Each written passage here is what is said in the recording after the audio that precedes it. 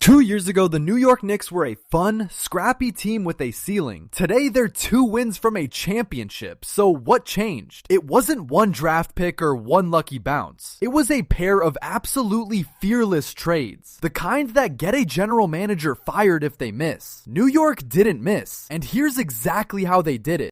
Here's the big picture. The Knicks decided they were done waiting, so they cashed in nearly their entire future, a mountain of draft picks and 2 starters, to buy a real contender right now. It's the most aggressive thing a front office can do, and whether you think it was genius or reckless, you have to understand the 2 moves at the center of it. This is Game is Culture. Real quick before we dig in, if you like breakdowns that actually explain how rosters get built instead of just yelling takes at you, go hit subscribe. It's free and it genuinely helps, so click it. Trade 1, the 5-pick swing for Mikal Bridges. In July of 2024, the Knicks traded for Mikal Bridges. The cost was staggering. 5 unprotected first-round picks went to Brooklyn. Unprotected means no safety net. If the Knicks ever collapse, those picks could turn into franchise-altering lottery selections for somebody else. That is the price of a top-tier superstar, and they paid it for a 3-and-D wing, on purpose. So why would a smart front office do that? Because Bridges wasn't a random target. He was a Villanova guy, an old teammate of Jalen Brunson and Josh Hart, a 2-way wing who almost never misses a game. The Knicks weren't paying for one player. They were paying to complete a core they'd been quietly building for years. The picks were the cost of finishing the puzzle.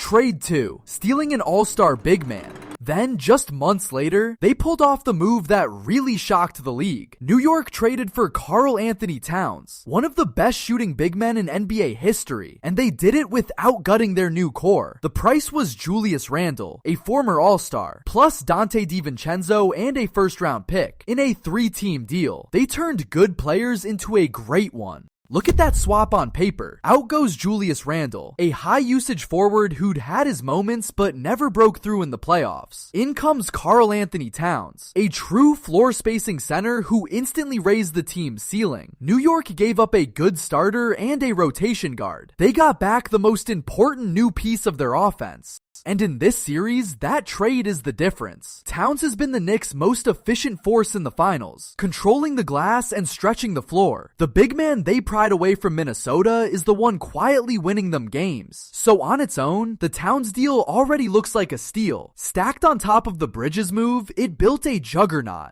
Now, you might be thinking, trading the entire future for a couple of stars is easy. Anybody can do that. But it's not that simple, and it's not usually that smart. So let's talk about why this version worked when so many all-in gambles blow up in a front office's face.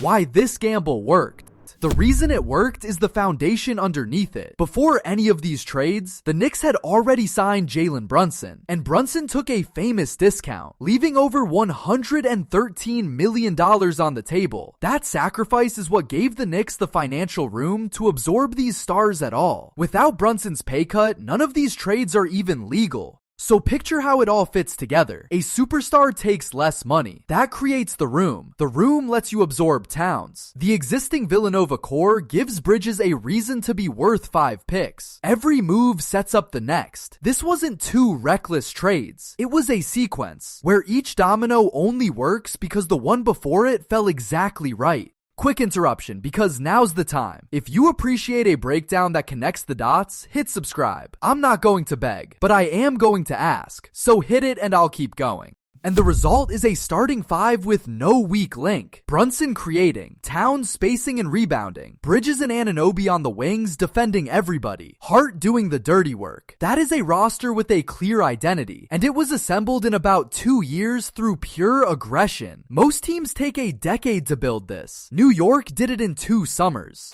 Now the risk nobody should ignore. Here's the honest dark side. Those 5 unprotected picks are a loaded gun pointed at the future. If this core ages or gets hurt before they win it all, New York will have no young talent and no picks to rebuild with. They will be stuck, expensive and old, watching their own draft selections turn into stars somewhere else. That is the nightmare that haunts every all-in trade. But that's the deal you make when you decide a title is worth more than flexibility. The Knicks looked at a roster that was already good with a superstar in his prime and decided that waiting was the real risk. So they pushed every chip to the center of the table. Being 2 wins from a championship is what that gamble looks like when it's working. And it reframes how you should watch this series. Every time Towns grabs a rebound or Bridges locks up a scorer, that's a draft pick at work. That's a former all-star traded away. The Knicks didn't stumble into the finals. They spent their way here with 2 of the boldest trades any team has made this decade. Win or lose, the aggression was real.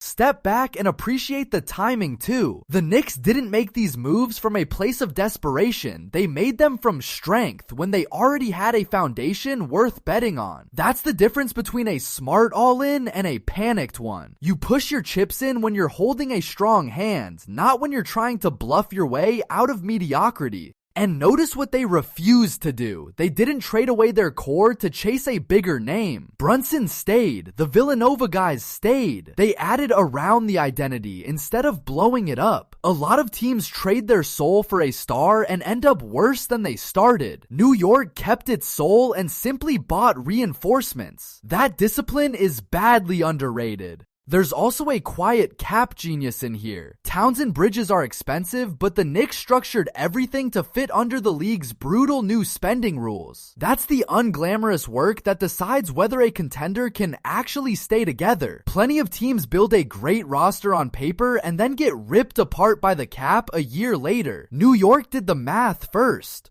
So the lesson isn't just be aggressive, it's be aggressive about the right things at the right time around the right player. 5 picks for a random wing is reckless. 5 picks to complete a proven core around a superstar is a calculated strike. The boldness gets the headlines, but the precision underneath it is what actually made this work. And it sets up a fascinating few years no matter what. If the Knicks win it all, this becomes one of the great aggressive builds in modern history, the move every contender tries to copy. If they fall short, those 5 missing first-round picks will haunt every rebuild conversation for a decade. There's almost no middle ground. That's what going all in really means. You don't get to be sort of right. You either lift the trophy that justifies everything, or you mortgage a future you can't get back. So here's my question for you. Were these trades brilliant team building or a desperate gamble that just happens to be working right now? And would you have given up 5 unprotected first round picks for Mikal Bridges? Tell me down in the comments. And if you enjoyed this video, please be sure to subscribe. We're in a race to 1,000 subscribers, so please join the family.